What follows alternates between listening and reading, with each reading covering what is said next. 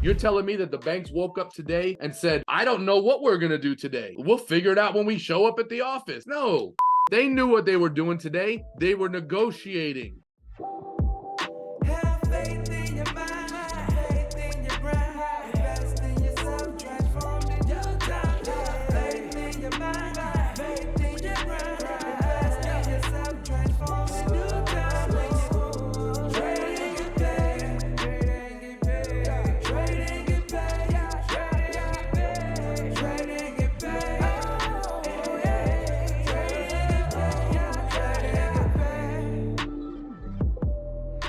Sam, the official TGP personal assistant, here again. This video is a continuation of part 1 and 2 of how to trade like the bank, so don't confuse yourself. Watch both previous parts linked in the description, or this free exclusive TGP class might not make sense. Enjoy. This class tonight is going to change the way you look at the market, okay? Now, the why is powerful, almost mind-blowing, but the how, that's how we make money. The what, that's cool. The why, it's the how. Now what do we do? All right, Joe, you helped us understand how banks are moving money. You helped us understand the concept. It's not smart money concepts. That's just a branding tool. Smart money, dumb money, all they're really saying is big banks who have inside information, small money that doesn't have inside information. Really, all they're saying is supply and demand, and they're just branding it in a different way, okay? How? So here's what we do. If we know that these bases are going to happen, then we trade the breakout of the base. When we see price, in fact, let me do it this way so it's really, really easy to see, okay? When we see price move and we see that it moves out to the outside, here's your first tip.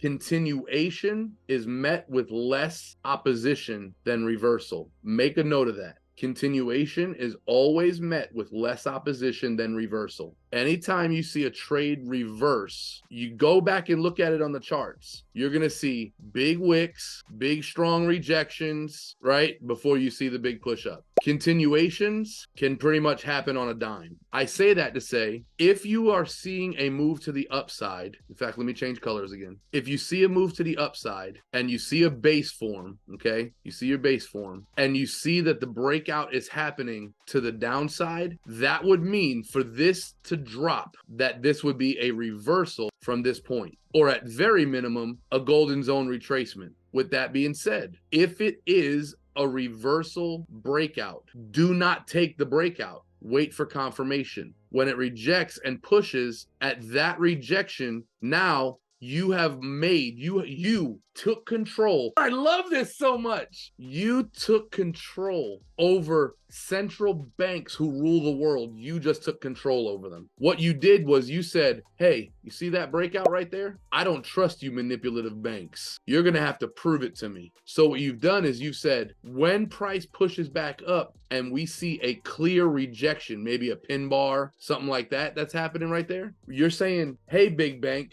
I see what you're doing here. I see that we had a push up. I see that you guys got some dealings going on, and I see that we're pushing back out to the downside. Are you just trying to get my retail money? Are you just trying to take out all these stop losses? Are you just in there trying to take all this retail money back to the upside? Because if you are, I'm not going to let you trick me. So what do? We wait for a pullback and retest, a clear rejection like a pin bar. And then when we get past here, we enter the trade. And that is how we would always want to trade the rejection side of this. We would enter, we would enter, we would enter, and we would enter. And now we have beautiful, beautiful leverage in this market. We have just taken the banks and we said to them, you're not in control, I'm in control. How do you like that? Now, with that being said, let me get my annotation back. That's how we would trade the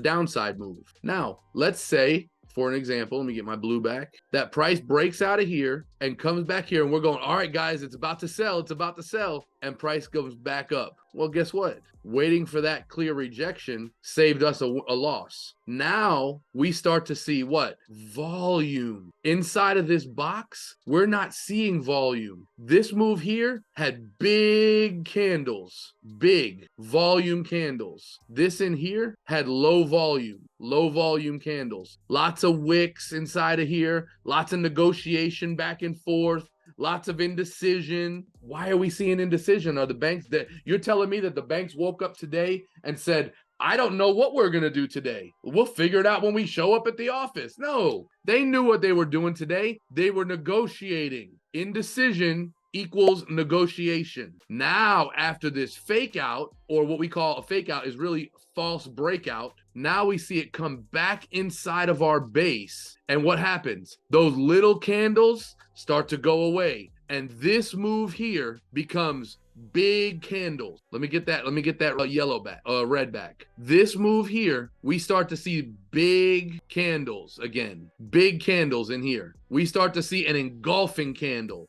We start to see moves that are happening. And guess what happens? We see that and we say the volume of the buyers from down here is going to carry us through the negotiation and to a higher price point. So what do we do in that case? We wait for price to break out of our box. We wait for price to break our range, our base. And now we're not really looking for pin bars. Now we're looking for engulfing candles. Now we're looking for close above candles. Yes, we can wait for the retest and wait for a pin bar. That might happen. It could happen. And that's okay. If you want to be a retest trader, that's okay. But remember, this is a continuation, not a rejection or a reversal, I mean. So the likelihood is it's going to happen fast because there's no opposition. So if you wait for the retest, you may not get in for a scalp. You may have to take a day trade because the scalp might done. Does that make sense to everybody so far? So what we're looking for here, engulfing candles, close above candles,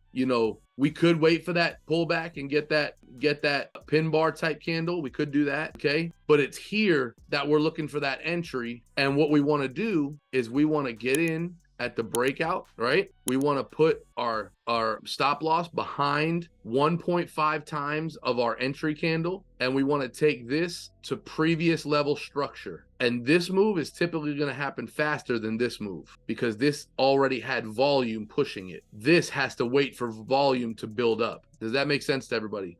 Pro tip. Have you ever noticed that sometimes for those who are looking to scalp, you take the trade and if you don't take the trade right away, you end up missing it. It happens fast. And now you have to almost wait till if that's London, you're waiting till the US session before you get a real retest. Why? Because it was a continuation and there was already existing volume in the market. So when the breakout happened, boom, it went because of the volume. So if you're going to be a scalper, you need to be confident that you're right, because when the breakout happens, you got to take that trade and ride the momentum of that volume in and out. Because if you don't take it on the breakout, if you do try to wait for the retest, it may happen. You may get a quick retest, and that may happen. But if it doesn't happen, you're just going to miss the trade altogether because it just happened so fast, okay? On the downside, or I shouldn't say on the downside because it could be up or down, but on a rejection or a reversal trade, it typically will give you time for that retest. Why?